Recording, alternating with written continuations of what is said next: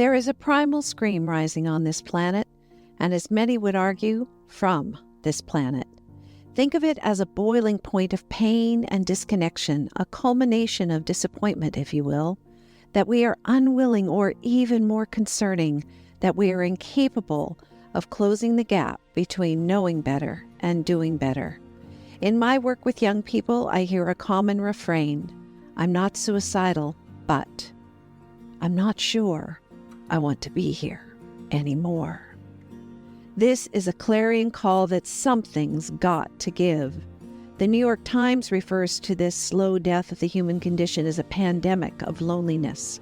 Mental health practitioners refer to it as a crisis of global proportions, leading to ever-increasing rates of suicide, self-harm, addictions of all sorts, violence against others, and a population increasingly dependent on mood-stabilizing drugs just to function. Bottom line, we are struggling to exist in a world our nervous systems were not designed for. To exist in a perpetual state of fight or flight is the greatest theft of our human experience. We're being robbed of our potential to live a life of peace and harmony. Is there a way out of this path of self-annihilation and mutual destruction? I believe there is.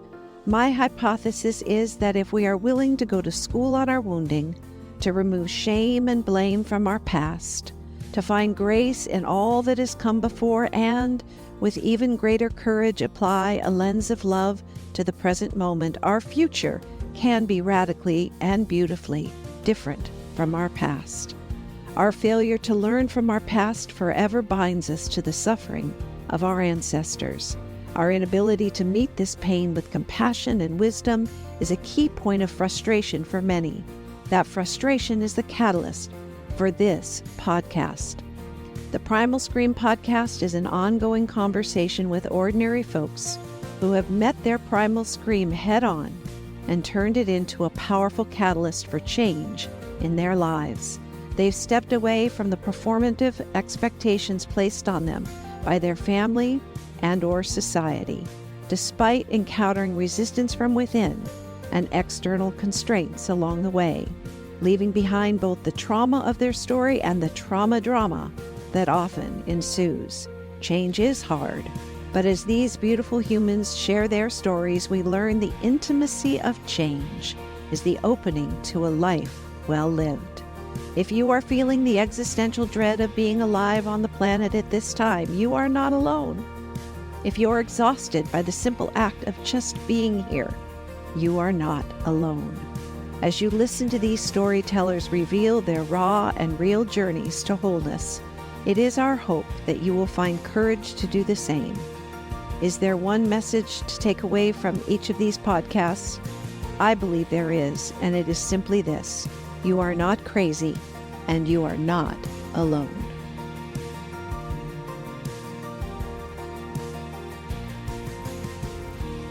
Hi, welcome back to the Primal Scream podcast, and I've been waiting for this day. My partner in crime and co-producer and dear friend, John Wayne Littlefeather, has finally made his way to the studio to have a conversation, to have the conversation that started this whole thing months ago. Yeah. And so I'm really, first of all, thank you for being the impetus to create the space and to help me produce and to put this out there, and really to be the operating catalyst that started this whole thing. You reached out to me to talk about your primal scream experience, and I shared mine with you, and then we thought, I wonder if others are having similar moments of awakening and awareness, and what it means to have a primal scream. And it happens to be that we're having this conversation. You chose the day, not me, on your 50th birthday. And this is a momentous day. This is a lot of people.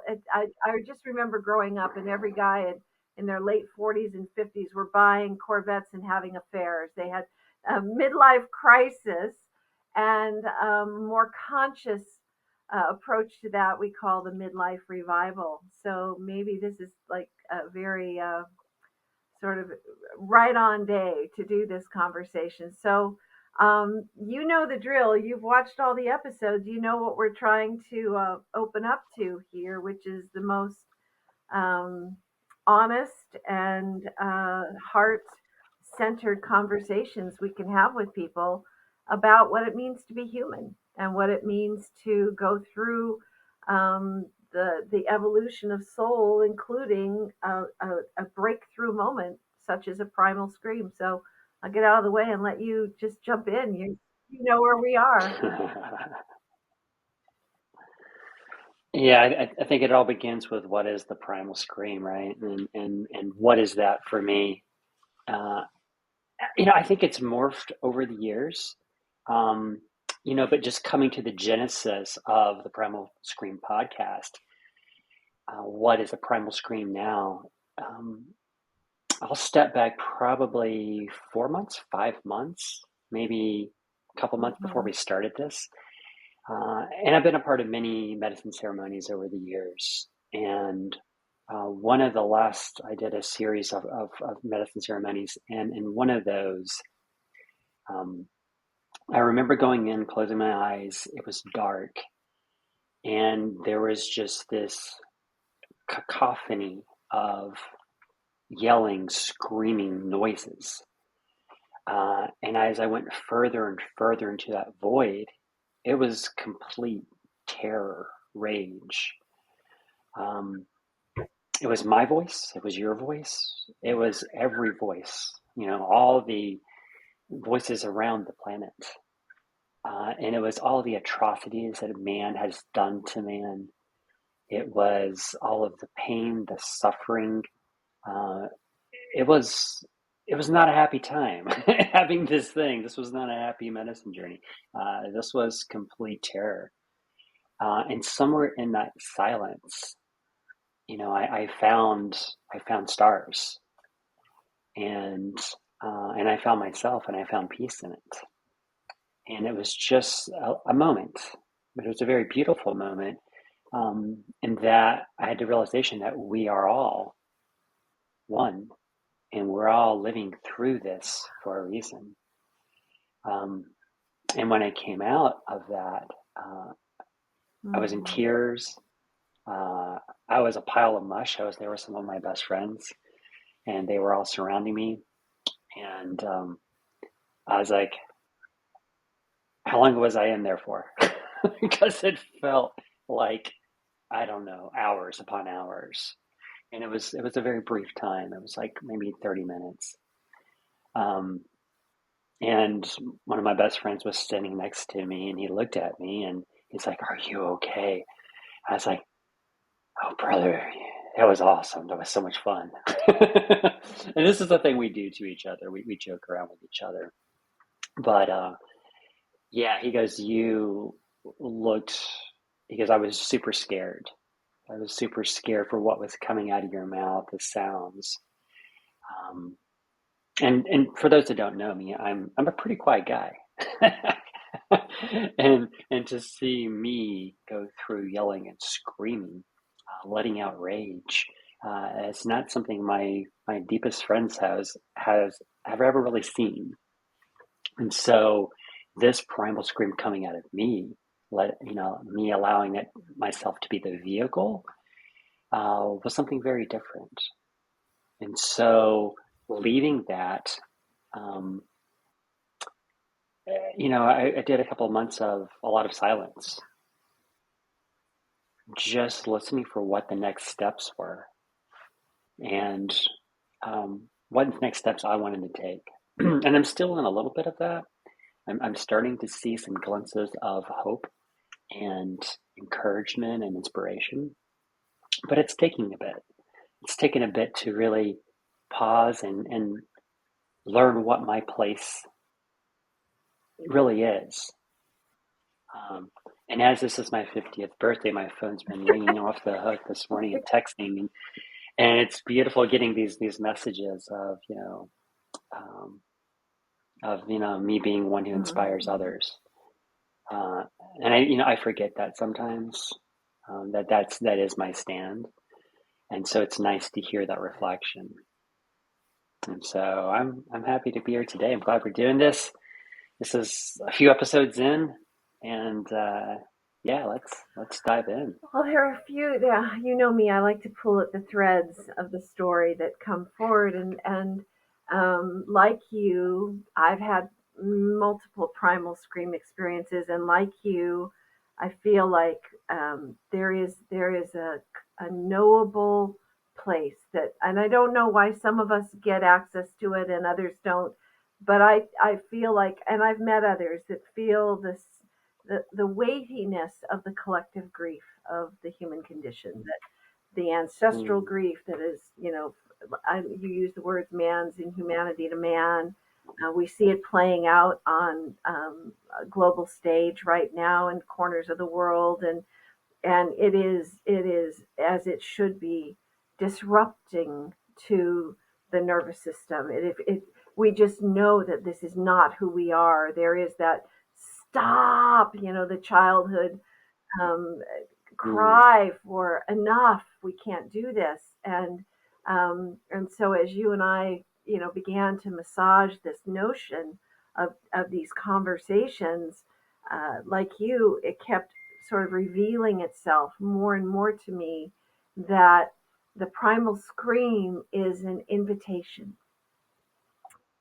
to mm, really, like you said, go silent, go quiet, go inward to examine what isn't working, and then come forth with a resolve to show up in the world in a way that serves both our nervous system but also the collective nervous system.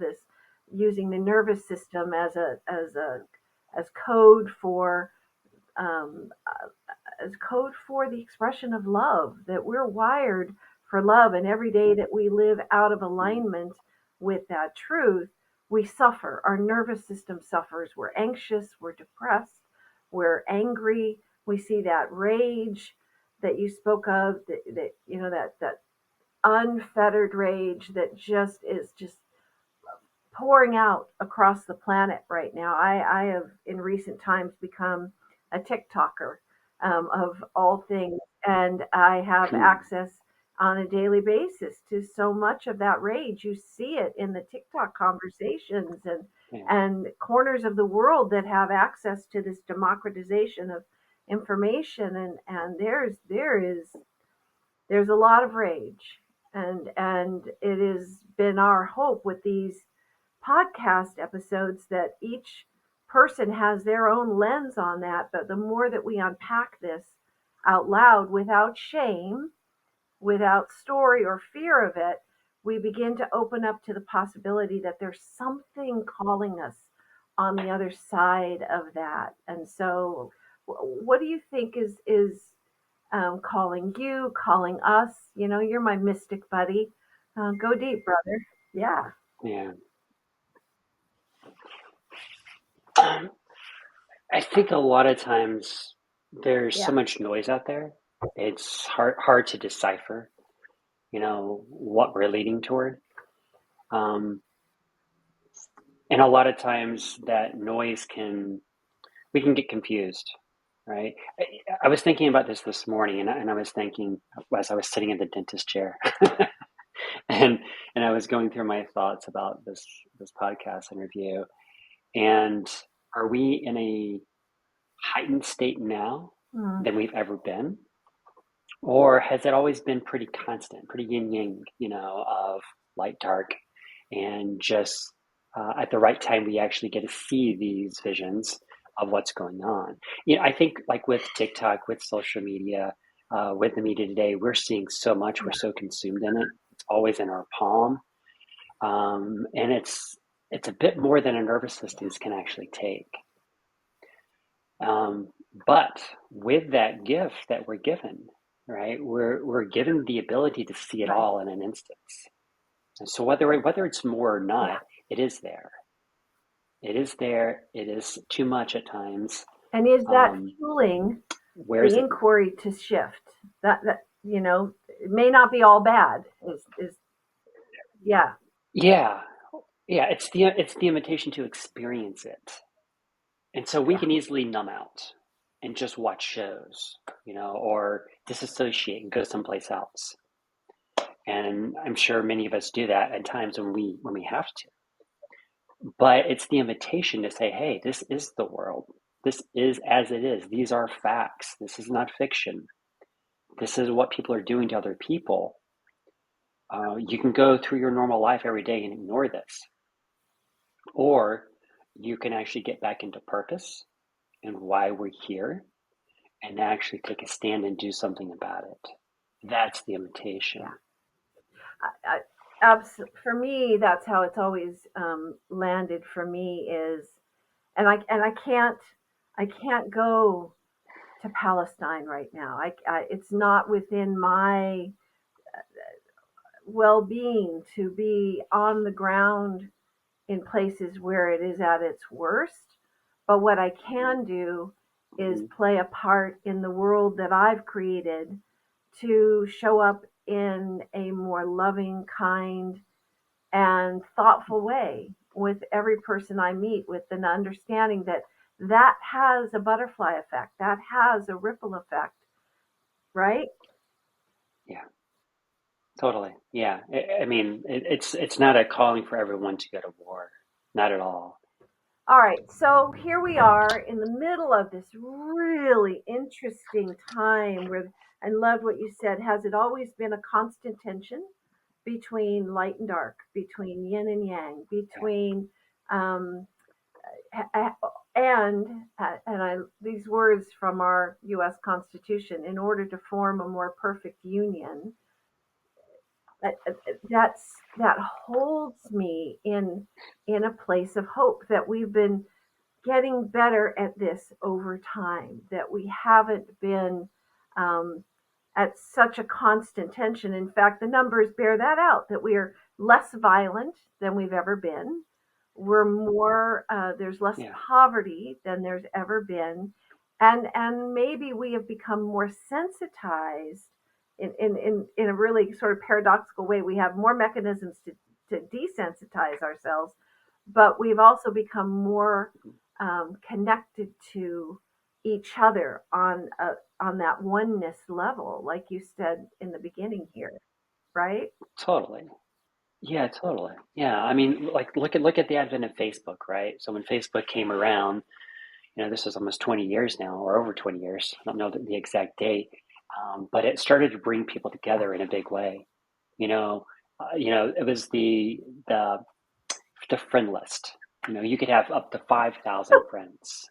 And how right. incredible is that when we've only had like, 5 to 10 friends Or total our 50 in entire a life? community that you belong You to, but not global. We never thought of ourselves sure. in a global Not connected way. global Yeah, and yeah, not in the thousands, right? But this is like 5,000 people. And like I and a lot of my friends were maxing out on 5,000 people. It was a rush, and I was out there meeting a lot of these people, getting on a first name basis with them because I was hungry and I craved mm, that. And people would reach out to me and say, hey, I want to know you. yeah, Who are you? Hey, I've seen you write, right? And it was a platform that we could share our mm, feelings, our thoughts. People could see our imaginations. They right, could feel our hearts, when it came to what we wrote yeah, deeply about.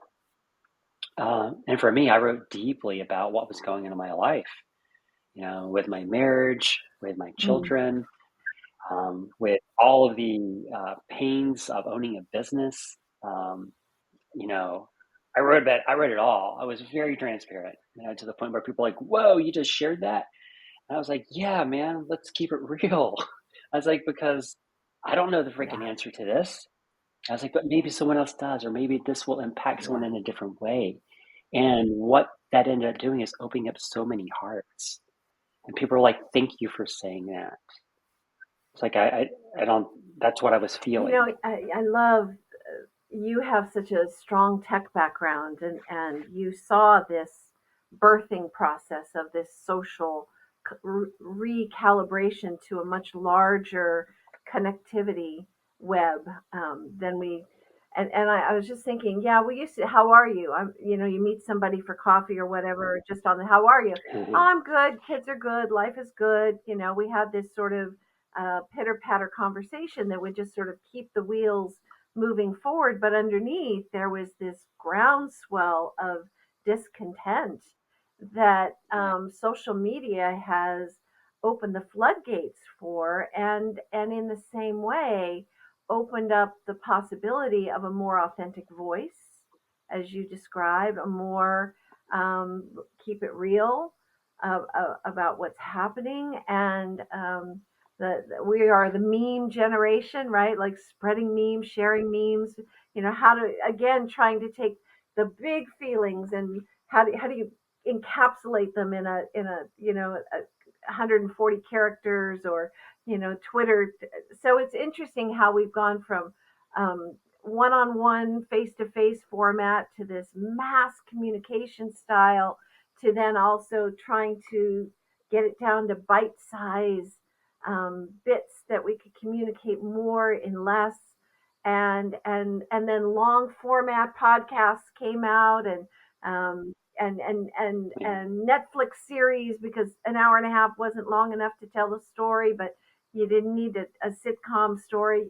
So we're playing in media with this need to communicate with you, this need to share, this need to connect our stories to one another. I'm reminded. I love that you brought in your medicine story, so I'll bring one in. The day my mom died, I came home and I had been at her side the last 17 days, but really her entire life, I was her emotional support person, and so there was a lot of enmeshment and codependency, and the day she died, I felt both elated and exhausted. And I came home and I laid on my back porch in the hammock and took some cannabis, and and I was given the gift of grace to see all that has come before, is all of us trying just to do the best we could with what we had at the moment we were in, because ultimately I think Mm. humans want to do the right thing. It's sort of, it's innate in us to want to do that right thing, and so I got this big wash of grace and forgiveness, and really the realization there's nothing to forgive.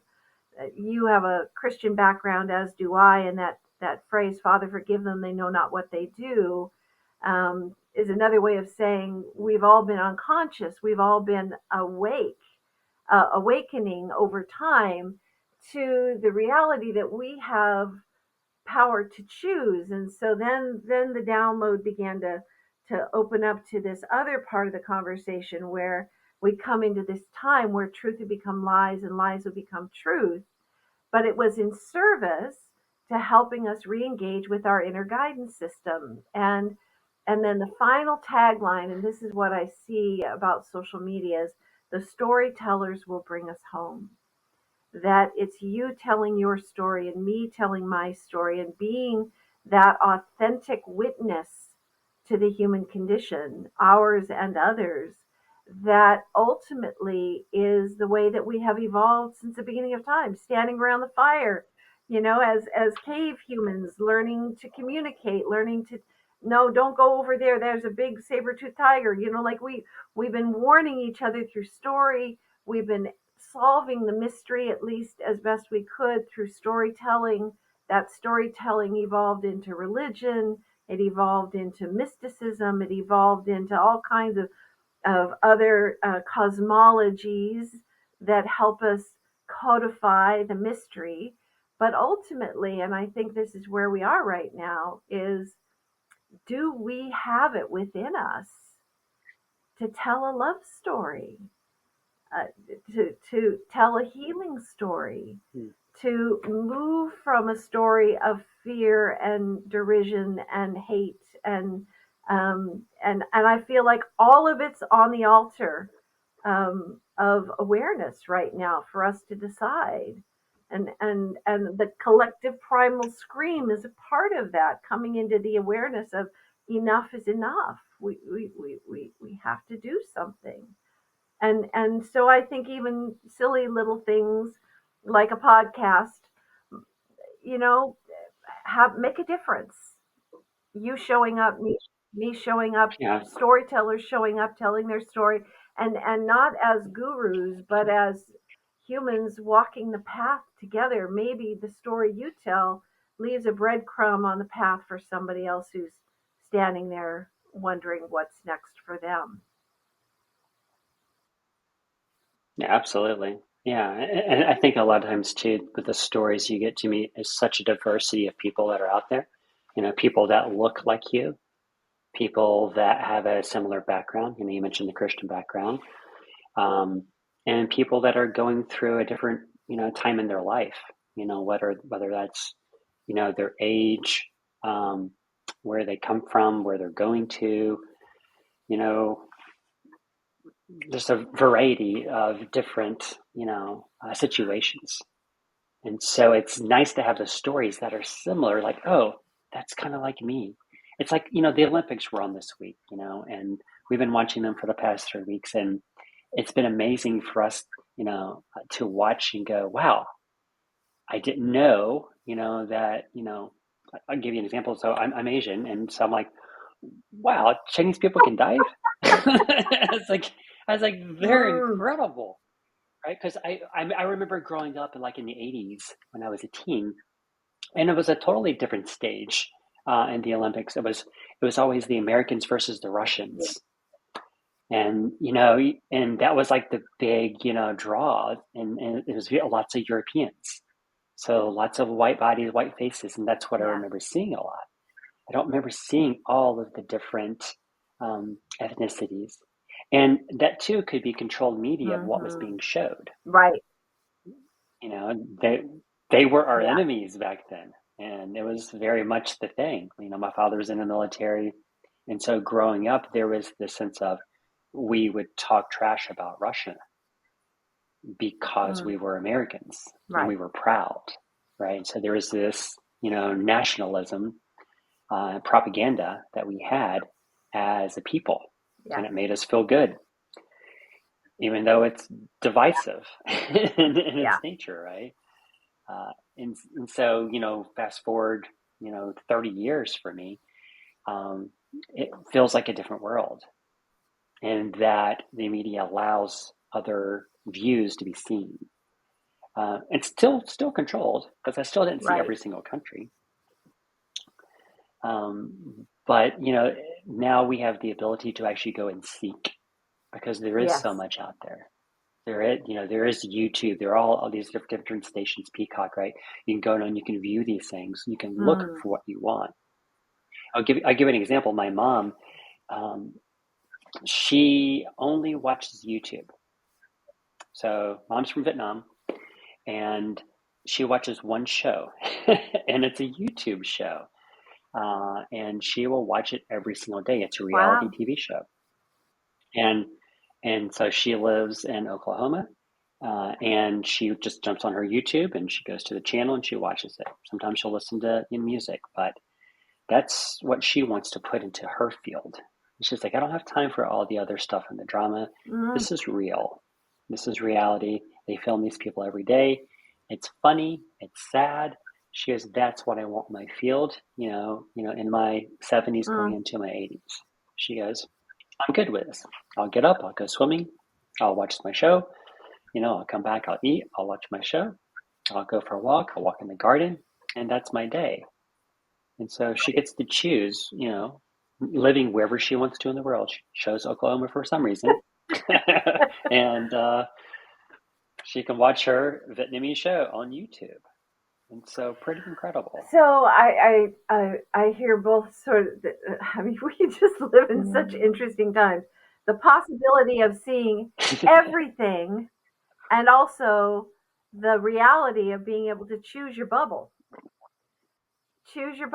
and your Yeah. confirmation bias is served, and all is well in your world. And I wanted, it just occurred to me how hungry I've been to have this conversation with you, John Wayne, because we do share a pretty strong Christian orientation. That was my first lens of perception on the whole human story, and the origin story and the finale. Like what happened before we got here and where we're going after we die. And I left that behind 30 years ago in search of a different story, one that served um, a more inclusive model of being. And now we're sitting at this ledge of Christian nationalism. How do you feel about the rise of a theocratic view? Where does that land for you? It's interesting. I moved from California to North Carolina in the past 3 years. And before I was in California, I was in the Midwest in Chicago. And so when I was in Chicago, I was leading Christian retreats at a super church. Um, and that was the pinnacle of my Christian background, right? I'd gotten to a point where I was doing well in business and life and family. And I said, what's next? Someone said, hey, Jesus. I was like, okay, let's do it. I was like, what do I need to do? So I was like, let's become a leader. Let's memorize scripture. Let's get people signed up. Let's save their lives, right? And so when I moved to California, that whole thing shifted for me, mainly because a lot of my friends were having conversations with me about, really unpacking why I believe what I believe. And you were pretty instrumental in that too. I remember you saying those words. I was like, whoa, that's deep. That's going to take some work. Um, and my beliefs have really gone the gamut from Christianity into more of a awareness of loving everyone. But in between there, I explore my background and my roots in Buddhism from my mother, uh, sat with many indigenous people, and moving back to North Carolina now, out of that bubble I was in California. It is a different belief system. It is more Christian nationalism here, and it is rising. Um, I'm still in a little bit of a bubble here, in that I am in more of a progressive area, but I still see it. I still feel it. Um, I think, like anything, people are inquisitive, and so I love striking up conversations about religion. Um, it's fun for me, not in a trickery type of way, but it's just because I remember when I was having these conversations, um, I hadn't really thought about them. When people really ask me, like, why do I believe what I believe? I would say, well, because it's written. They're like, well, what does that even mean? I was like, well, there's one source, there's one answer. And I hadn't really done my homework here or here to determine why I really believed it. And I believed it because someone had told me. They'd given me an answer, and I just marched forward with it.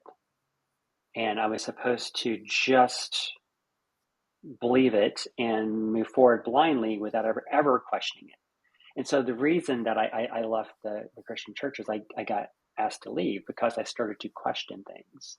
And I started to bring that into the actual courses I was Mm. teaching in retreats. And they're like, whoa, whoa, whoa, whoa, we don't do that. But I was like, if you look at Christianity and the 35,000 different um, denominations, I was like, something's a little off there. I was like, so let's look at that as a learning tool. It's like, let's look at Buddhism. Let's look at Hinduism. It's what we have together, which is a beautiful collaboration of learning from one another. That's the piece. And they did not like that.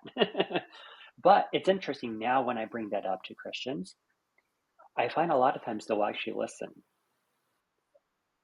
And it's not because I'm not trying to convince them. I am sharing a story.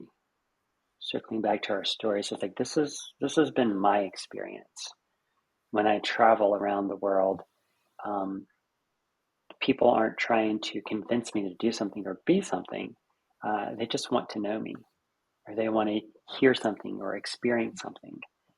And so, storytelling, circling right back to there, is just a beautiful way to connect.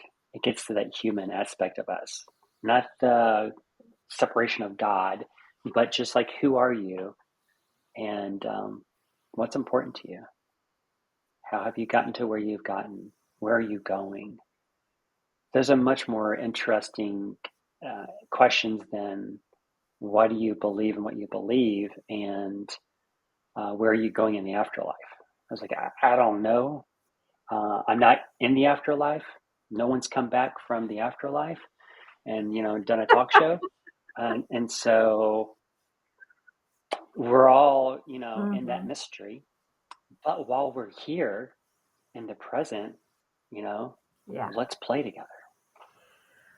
Oh, it is a love story. We fail to thrive without love and connection. And I think as a species, we're failing to thrive right now because we have succumbed to a story of scarcity and fear and and again that tension of opposites, that tension of yin and yang, and this collective choice point that we're coming to about the human experience, that it is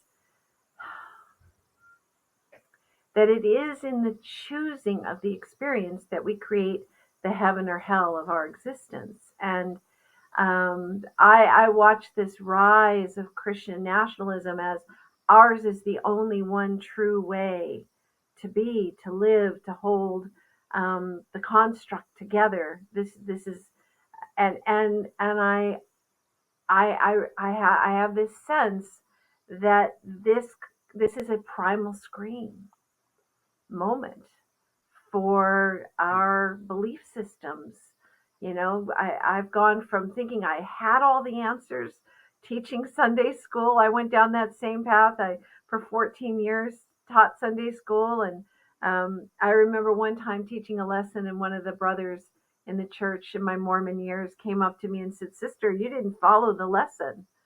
And I said, "No, I didn't. I can't teach things I don't have absolute truth about, you know?" And so what I do is I approach it from a place of inquiry and accept that there are just some things we're not meant to know um, at this point, or we would have absolute unified acceptance of a particular truth. Like the things that we know are true is that love is part of our nature, that we're inherently wired for love. Our bodies, we get sick, we become ill, we become diminished in our light, our vibrancy as humans without love and connection. And for me, that became the cornerstone of my faith.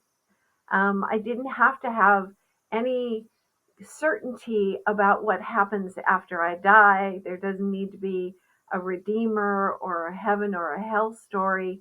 There's just what I choose in the here and now that is worthy of my focus. Yeah.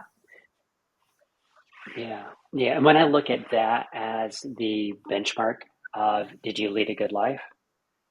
How could you not lead a good life if you had that as your path Yeah. versus, starting each day being a sinner, right? That Yeah. never really sat well With with me. me either. I look at children and I think you're not Yeah. sinners, you're innocent. You're not born a sinner. We aren't born sinners. We're born innocent. Yeah. And the path of maturation from innocence to wisdom is exactly what we're going through right now, questioning, learning, trying new things, seeing what makes sense, what finding that balance between the me and the we. And this is where the Christian nationalism really gets in trouble. It's the force majeure of one's belief on another through legislative means, through you know I love Dr. Hawkins' book, Power versus Force, and his map of consciousness. He does such a Mm. brilliant job of codifying the path of our evolution is to be less and less absorbed through uh, our moral code is not tied to a fear based story. Our moral code is enhanced by the love story, that we're here to fall in love with life. And it's hard to do that if you're living in fear of death in every moment of your existence. So yeah, it's Yeah. I feel like we're right on time. I feel like we're birthing a new story, and that the primal scream is a reflection of that birthing energy, that full-throated pain that we're feeling as we go through this rather massive ego death of certainty across the Mm. planet. Um, you've been producing all the episodes, and I'm curious your thoughts on what you've been hearing. What themes have been showing up for you in listening to the episodes of this podcast? Are you noticing anything? It's interesting. I think when I think about people who are considering, what the Primal Scream is, um, who's showing up in these interviews, right? These are brothers and sisters, who believe in love, love as a tool, right? As a way of being. And I think there's this stereotype that those people are like, they have flowers all the time, and they're all super Mm, happy-go-lucky and just like really, carefree and maybe, um, um, what's the word I'm looking for? Just like not there, yeah, in reality, superficial, maybe maybe a not little fully delusional, engaged. Yeah, superficial, yeah, totally. But the reality, what's been showing up in these interviews is the pain, the pain, the realness that of all the crap people have been through, how hard it's been. Um, they've been opening up their hearts hmm, very quickly, not having that wall up. And that's just a practice of being in the conversation. And so we've been through so many conversations that we can bring them that wall quickly. That's the yeah, humanity showing up. And so when I think, from the beautiful niceness of, this, it's really, instead of asking a brother or sister to come and connect in love, it's to come and not like sing with me, but come yeah, and scream with me. That feels like more like the invitation, because it's yes, that release. yeah, You can't get back to love and connection yeah, unless you let it out. It's yeah, bottled up and it's deep, and sometimes it's not even, you don't know where it's coming from, but it's so deep and tucked down and pushed down for so long that it needs to come up. And I think part of this for me, and my part of this, is inviting people to be a yeah. part of that. I, I, I, I totally agree. I think sometimes we get the label of woke or some other less than flattering description of folks who are kind of like, can we just get along here? Can we just love each other? But that Yeah. ask comes from the realization that we've been fighting the love story, and each of us has fought that love story in our own lives. We've gone to the dark night of the soul. We've done the work, and it continues. I think that's the other big realization. You don't arrive in consciousness. You evolve in consciousness, and this first point of consciousness is to become aware of how do we come to believe what we believe, and then taking it to that higher level about what we believe. Like, we hold our beliefs as sacrosanct, and they're immovable, unchangeable. It's written down. This is when I was in the church, this is what we believe. And when I began to Mhm. question, how did we come to believe that, and how do we begin to attach such certainty to those beliefs, to the point of creating an othering in our belief structure about people who didn't believe what we believe, that began to crumble for me 30 years ago, because I knew good people outside of the church, and it made no sense to me that they were any less worthy of love and, what was it? Hate the sin, love the sinner. That or did I say that right or did I flip it? I never I don't know. love the person, hate the sin, or um, Yeah, that's it. Yeah. I Yeah, that's it. don't think you can truly love somebody and hate anything about them. I think you have to look at what is still evolving and growing in a person, and look at it with grace and compassion. Um, hate doesn't have a place in our human construct. It goes against our human imperative to become a more perfect union.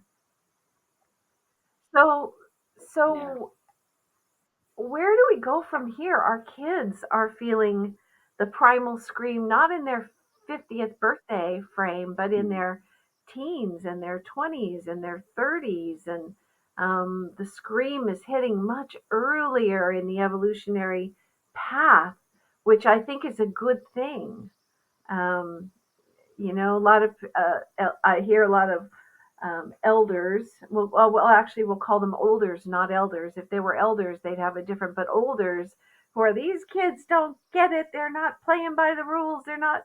They don't have the work ethic. They don't have the commitment to the structure. To maintain the facade of of Yeah. well-being, and so they're really like mad at these young people for not playing by the rules. That's a great way to put it too. They're mad at they're not continuing the path that has been laid, right? As if that path is the, you know, you know, way to go, right? It's the dogmatic way of this Yeah, is the path forward. There is no alternative. And so I think every generation, um, the elders look at the young kids and go, "What the yeah, hell are they doing?" And I mean, I've got some of those thoughts in my head as well. Sometimes I'm like, "What? What is that?" And then I've got to step back and get real with, okay, what am I judging?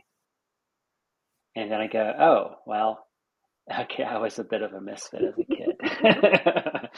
And I probably, put my parents through a lot of like stress, whether what I was wearing or what I was saying. I think I said every cuss word like I knew known to man when I was 10 because it was cool and I wanted to try it out. And um, and I tried lots of different things as a kid, right? And so we have to remember that everything has been escalated. As we've become more in tune to technology, they have access to everything, and they've had access to everything since they yeah. were probably Digital seven. natives. They are a different being. Right. And they know how to access it a lot better than we do. I'm constantly getting lessons from my children going, how do you do this? And they're like, Dad, you don't know that? You're so old. You know, they get all these new different acronyms. I'm like, yeah, no, I don't know what that means. They're like, what? And they're like, well, wait a minute. I don't know what it means either, but I know how to talk about it. And so it's just like data point Yeah, upon data point. And so what I see from that younger generation is that they're actually thinking with their yeah, hearts first really quickly. They're like, listen, this isn't right. Like, why? I'll give you an example. My youngest, she is 12, she's 13. She's 13 right now. But I remember when she was probably 5 and we were talking about the world and there were some, things on TV of wars. And she's like, Dad, why hasn't someone solved that yet? And it yeah, broke her heart. And she goes, aren't we yeah. smart? Aren't we intelligent? Don't we have enough money? She goes, why is anyone suffering? And they went, and I remember, like, and then my oldest, she was in class and they were doing a study on economics and money. How much would it cost to solve, hunger in America, homelessness in America, all the different issues laid out with the numbers? and then looking at how much we spend as a nation in each of these different segments, just like that, the answer is right there. Why Right. aren't we doing this? And the adult mind goes, well, it's a little more complex than that. But Is it? We but make it more complex. it's We not, make right? That excuses. we do, but Yeah. someone told us that, because that answer isn't there. Like, someone said, oh, it's more complex than that, and so that's in my mind. It's like, oh well. I was like, stop. Okay, the president is like, that actually is possible. I heard Warren Buffett give it was a little clip, but he said last year his company paid out, I think, 8 billion. I'm probably quoting it wrong, but like $8 billion or some massive amount of money in taxes. And he says we pay a 21% Hmm. rate tax rate. And he said if the top 800 most wealthy corporations paid the same tax rate, no individual in the United States would have to pay taxes ever again. And his point was Yeah, we do need to restructure the and just the whole conversation around money and value and what we value and how we perpetuate the overconsumption of resources because of how we put place value on what makes sense in this human story. And we have the power to change that. I think children, we look at them and go, oh, you just don't understand.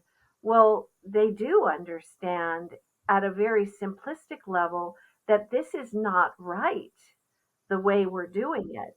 And we yeah, tend to poo-poo them.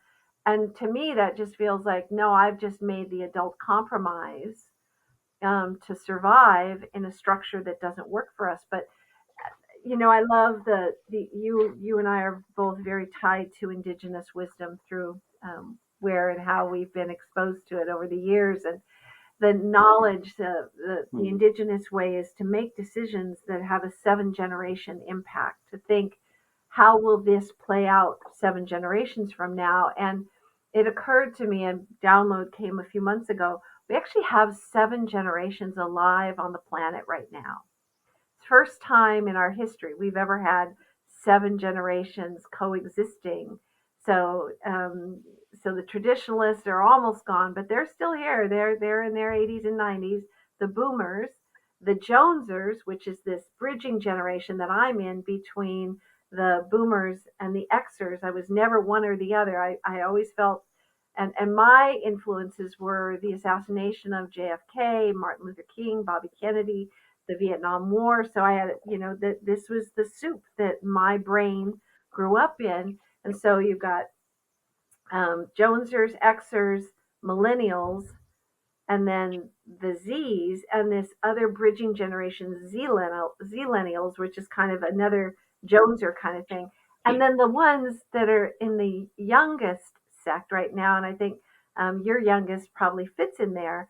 They're known as the Alpha generation, and their nickname is the Honey Badgers. And I love that. I love that. It's like honey.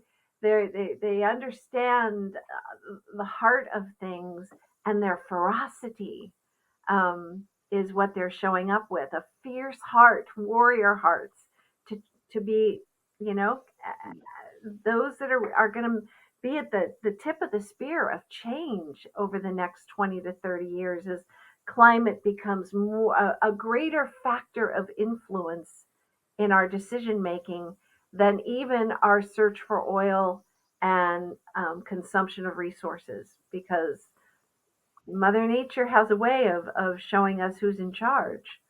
Um, and our children hmm, recognize that. The existential dread, the amount of depression, the amount of primal screaming that's happening in our children is I believe the catalyst for shift. That if we can talk about it in terms of a shifting narrative rather than there's something wrong with you, that depression, anxiety you're feeling, there's something, we pathologize it rather than take it in as a wisdom code coming forward, right, in our human construct.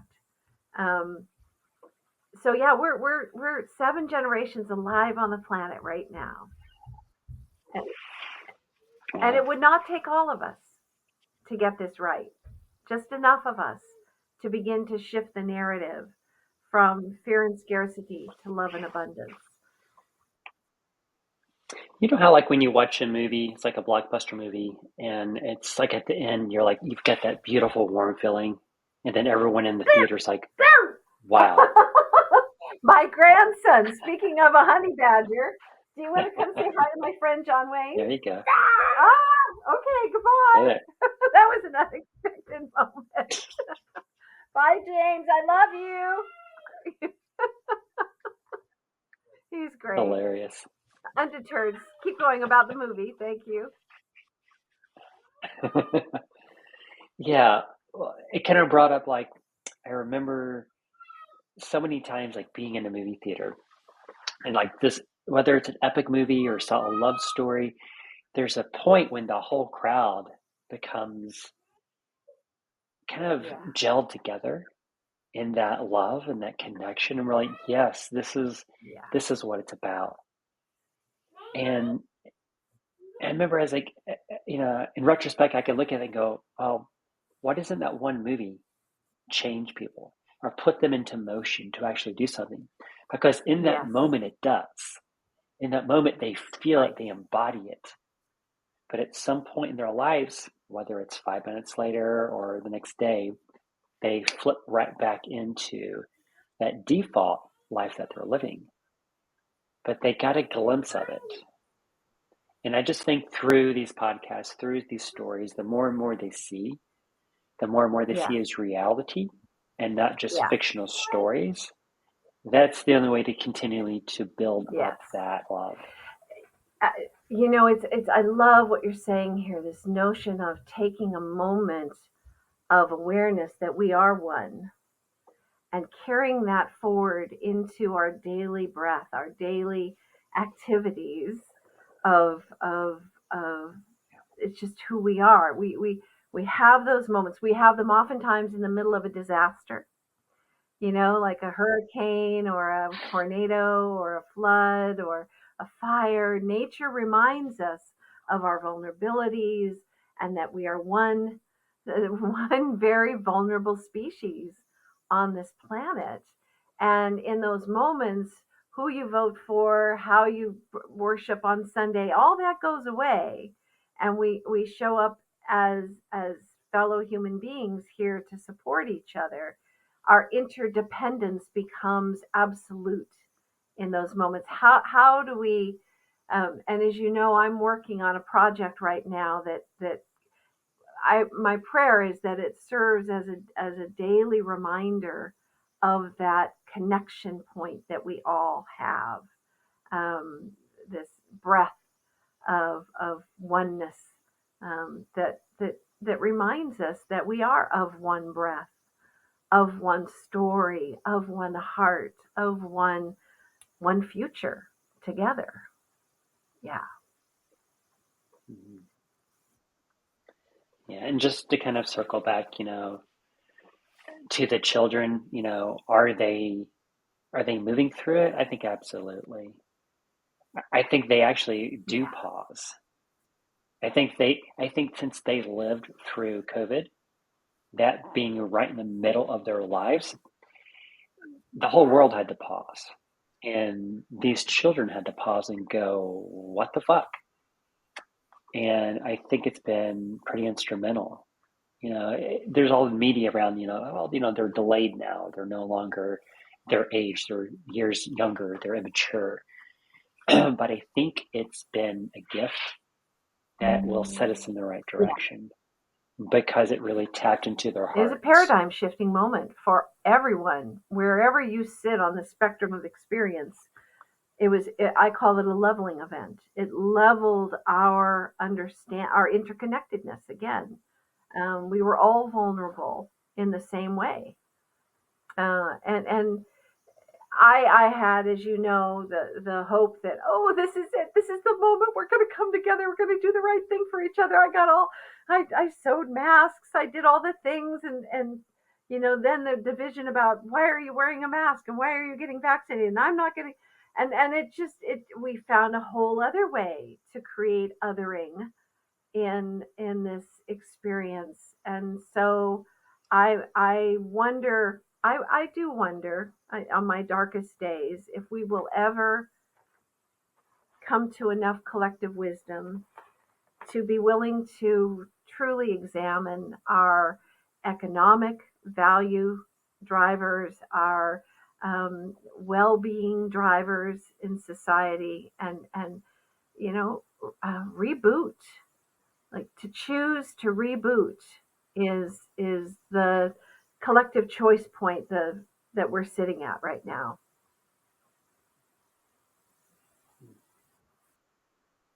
Yeah, I often think of other countries outside of the US as examples of what it would look like if you got um, more people who are in Yeah, conscious thought living yeah, a different way.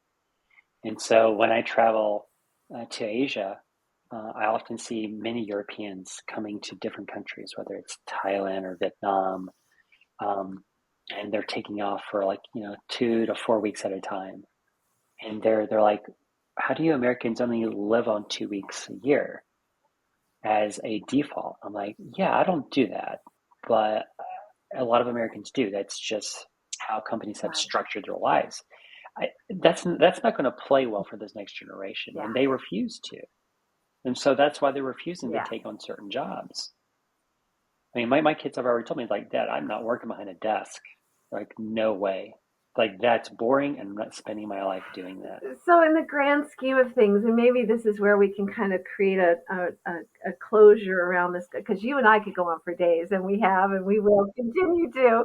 And I'm going to ask you to come back and do this every couple of months with me, so that you and I can keep weaving our story, our vision for this podcast into the threads of this tapestry that we're weaving here. Is our kids are the future of this planet, of our human species. And I love that they are breaking the rules, that they COVID opened up the door for people to not be in a 9 to 5, that they didn't live to work. They found a way.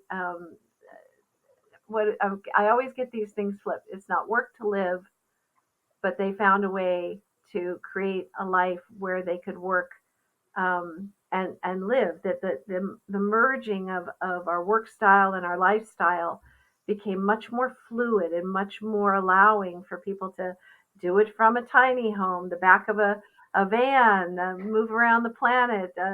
The movement of people out of Silicon Valley and San Francisco to other parts of the country has been really fascinating for me to watch. Like, we aren't so clustered in certain demographic ways, and AI is just going to take toil out of everything. And everybody's, some people are scared to death of AI. I think it is. I believe everything is happening for us. Life is happening for us, and everything that is in the field around us, including AI, through the lens of consciousness, the lens of love, could be the mechanism that frees future generations from the toil of sitting at a desk all day, or learning in a school setting where they sit at a desk all day. Like, what if all of this is adapting more to what's in the best interest of our children, and we as elders, not quite fully in our wisdom of eldership, um, are resisting, this shift. And it's time to stop resisting and to start engaging with it, consciously. When I think about some of the blockers in this world, um, I'll just use my own personal life. It all really comes down to spaciousness, right? And when people don't have spaciousness in their life, they don't give time to their Right. hearts. And so, with all that's going on, they're like, oh, I've got a list. I've got so much to do from work to home to the dog to whatever, right? The list just keeps on going and it never stops. The beautiful thing about AI, and I've been using it every day, like for the past year, it has created so much spaciousness in my Mm, life. mm, I use it for yeah. this podcast. It creates summaries, it transcribes, it helps come up with topics to talk about. I use it in my work. It's just a beautiful tool. And I look at it as a tool, and it will continue to do that. And I think that's going to give us more spaciousness in our life so that people can see Right. the finer things. They can get back to meaning and purpose and go, oh, Yeah. why are we here again? Yeah. Oh, John Yeah. Wayne, thank you so much for being here on your 50th birthday. What's next for you? Where does your heart want to go next? What in your wildest dreams at the midpoint in your life, or maybe you know, if we're lucky it's the midpoint, but you have more time behind you than you have ahead of you, likely. That Yeah. awareness that there is a clock, that time is an ever present mechanism of awareness in our human Mm. journey. What's in your awareness for yourself going forward? My immediate awareness is I'm going to a retreat this weekend. And so I'm going to a Krishna Das retreat up in the Nice. mountains, just to meet some new people. I think for me, one of the reasons I moved east was to get out of that bubble that we were in and start spreading Mm, messages and start mm, spreading love. Uh, when I think about purpose in this world, it's to share, to meet more people and share. And so that's my path. It's to write, it's to talk, it's to connect with people, and see how we can, yeah, collaborate, how we can make a better world. beautiful. Pretty simple, and have fun along the way. Joy, I think leading from joy is like one of the biggest lessons I learned living in California. Was there's so much to be mad and sad about, um, but there's also joy when we pause and we intentionally make that a way of life. Well, you know Yeah. me. My alter ego when I'm not Edie Oz is Joji Ma, joy of joining in Ma, and yeah, I find myself more and more attuned to the frequency of joy and how to create the conditions for joy to flourish in this human story, because I think it is a universal point of connection. If you look at Dr. Hawkins' map of consciousness, I don't flatter myself to think that I could ever meet the frequency of full enlightenment, but man, as long as I'm able to stay in the frequency of joy, that makes this human story a lot more interesting, a lot more fun in the telling, and a lot more fun in the exploring of what's possible. And you, my brother, have been a great asset in my exploration of what's possible. I love you so much, and I want to wish you happy Mm. birthday, but really happy rebirth day. That every day you wake up asking better questions that brings a new experience. And you're a great teacher for me. So thank you, thank you, thank you. Yeah, thank you. This has been. Um, I remember when I first met you. This is for everyone. I remember I was in a ceremony, and it was with all men, and it's getting together as a men's group. And this one woman walks in, and I was like, "What is she doing here?" And everyone just stopped in their tracks. And they're like, you were setting up some things for that night, and I was like, I want to know her. And I was like, I need some Oh, mentorship. I was like, there's wisdom in that one, and yeah, stepped into that, and it's been an honor to know you and um, develop our friendship through the years, and I look forward to what we continue to create, what we continue to share in this world. I think that saying, I look forward to growing old with you. I think I'm going to change it. I look forward to being an elder with you. Mm. Mm. All right. It's All like right, my love. To be continued. See you soon. all right. See ya. Bye. Thank you for joining us for the Primal Scream podcast. We appreciate your willingness to sit in the pain and exploration of a fellow human.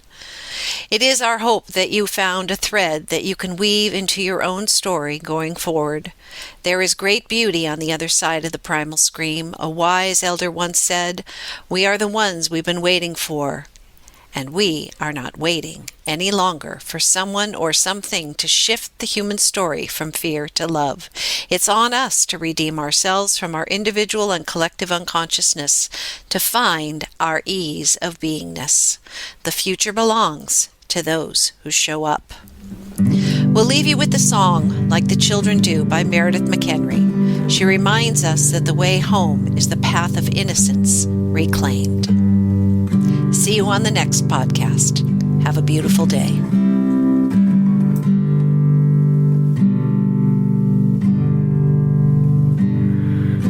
Put down your armor, I'll put mine down too. We'll do like the children know how to do.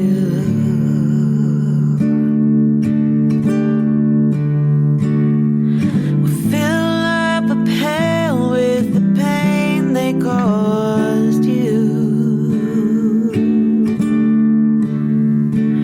We'll pour it all out like the children do.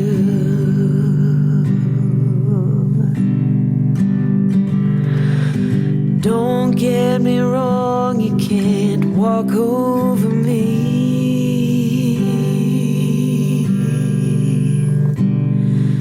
But I'm strong enough to hold you when you're weak. I know I fucked up and you sure have too. So let's just start over like children do.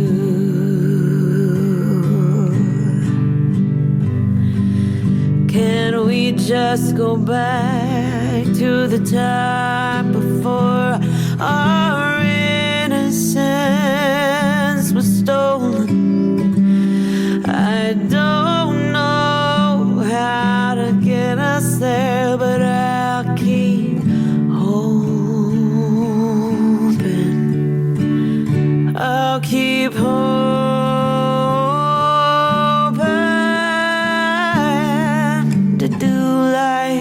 Children do. We can do like the children do. I'll open my bleeding heart to you.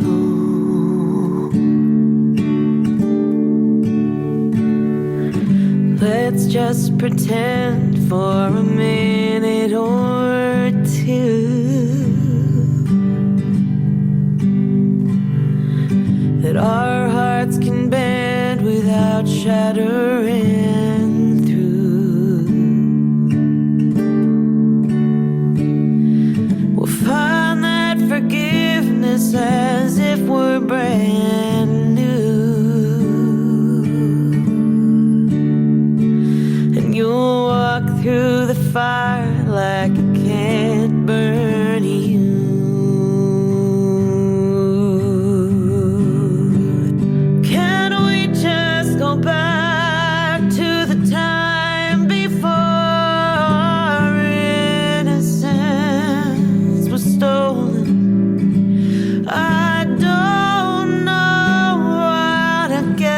There, but I'll keep trying. I'll keep trying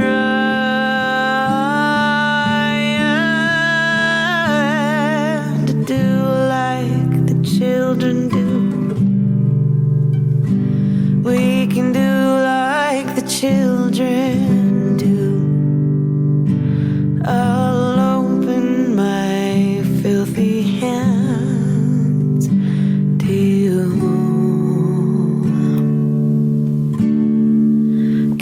Can't we do like the children do? Can't we do like the children do?